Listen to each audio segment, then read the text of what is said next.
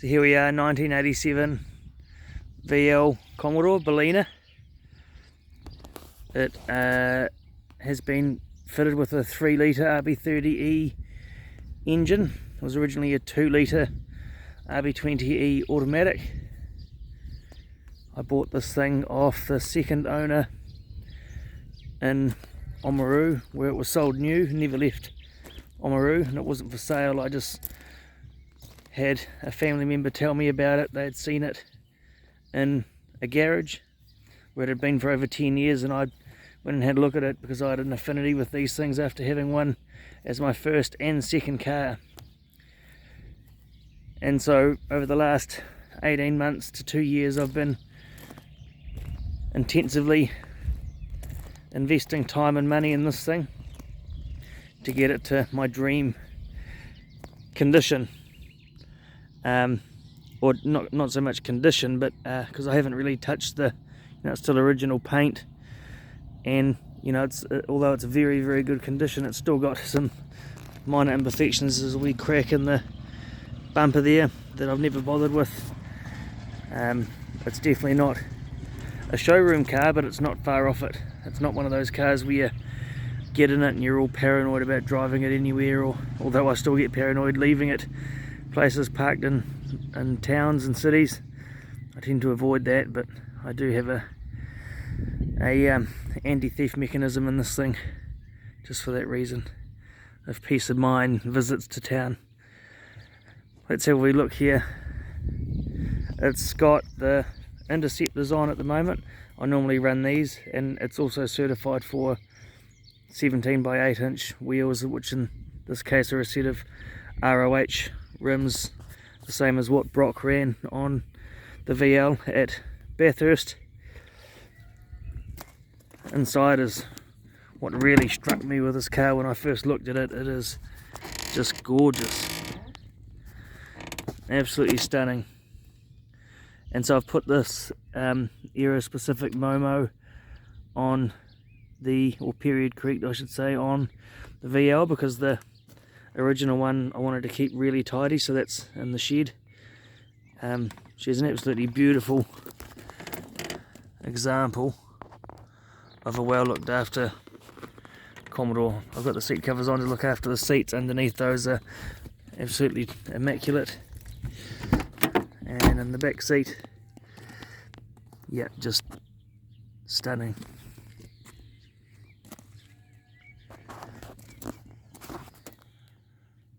Parcel tray's really tidy, that's why I put the boxes up there. I did not want to interfere with the parcel tray. I've fitted the louvers. You might have noticed inside there's a funny looking display there in front of the shifter. Let's see if we can get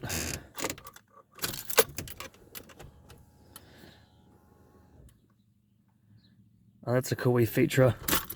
Just demonstrate here, because the distributor's been removed, the source for the rev counter has been moved over to the link ECU, which is tucked in down there. So when you turn the key on, there's a cool wee swoop. Let's give it a start.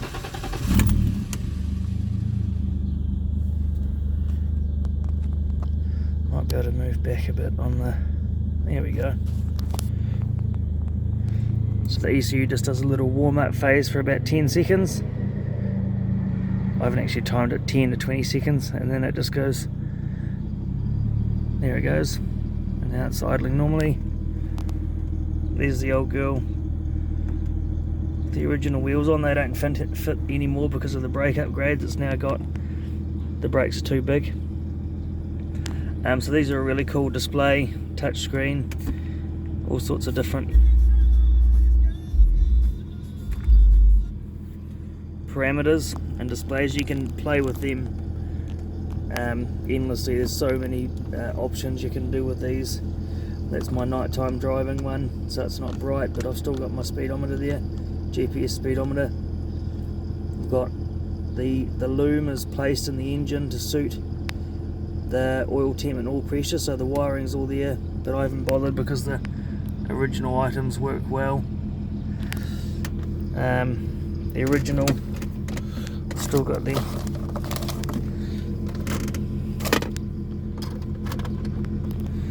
original cigarette lighter there, which is very, very, very tidy.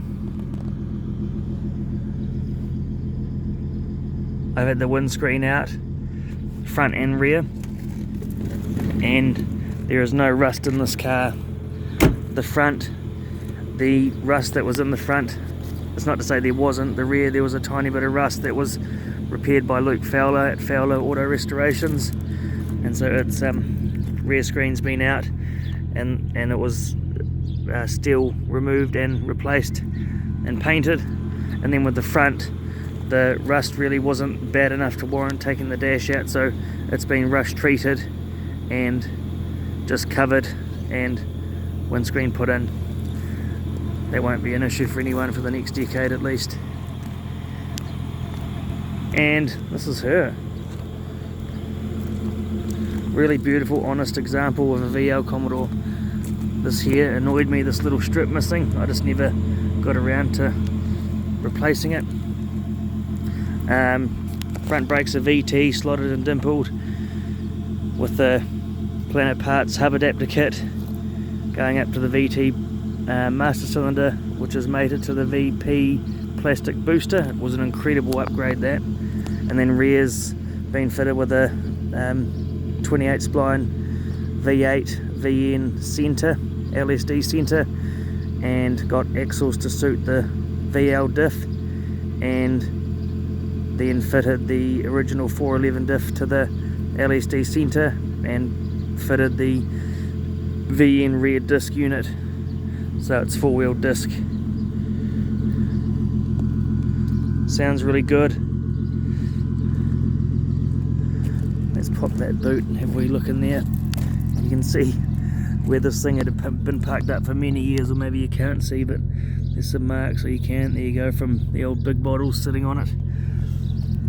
I guess it was a good berlina. Little imperfection in the paint there that I've covered up with just the what do you call it, the touch-up paint, which you'll see, you know, stone chips up the front where I've done the same thing, just so there's no bare metal. Let's pop that bonnet and have a wee look here.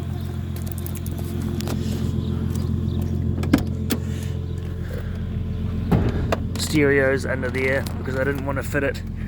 I wanted to leave the original there, and I like decent music or decent stereo.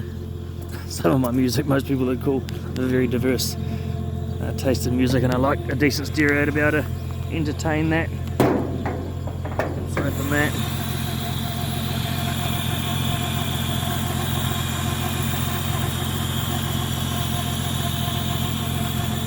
I'll let this thing warm up. We'll take it for a wee drive.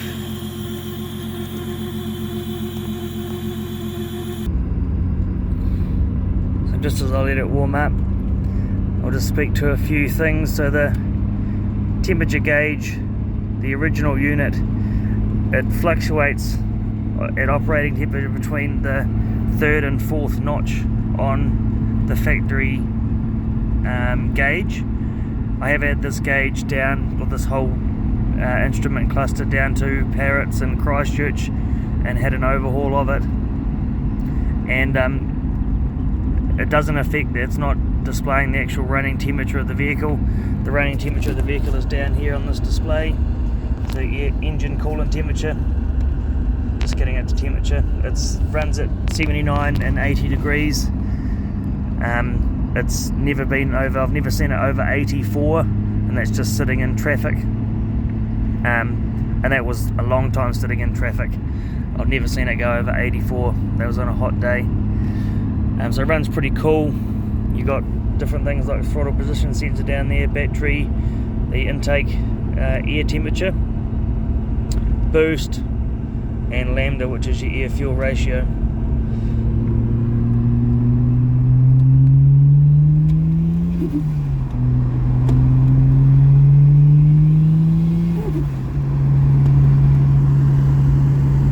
Still just letting it warm up a bit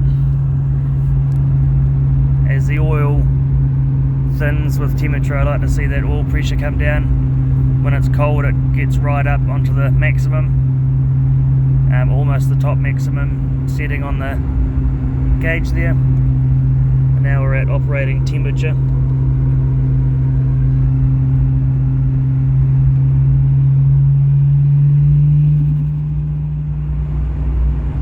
The blow off valve is currently operating.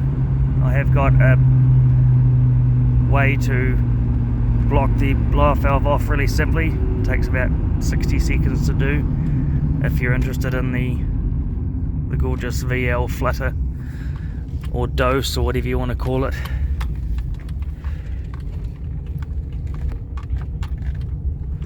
.411 gear ratio is quite low, so that's second gear. Just first gear is really just a takeoff gear.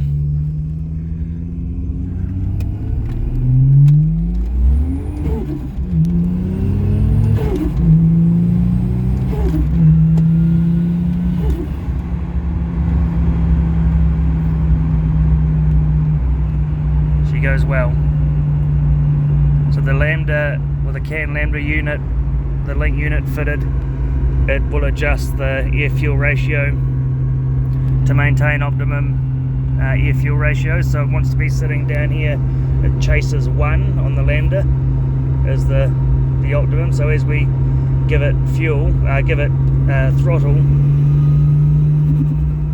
the Lambda will drop down, which means it's putting more fuel in. So the lower the number, as it gets below 1, it's more fuel.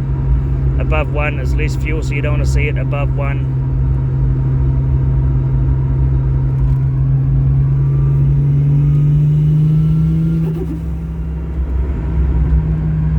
She's a beautiful driving car.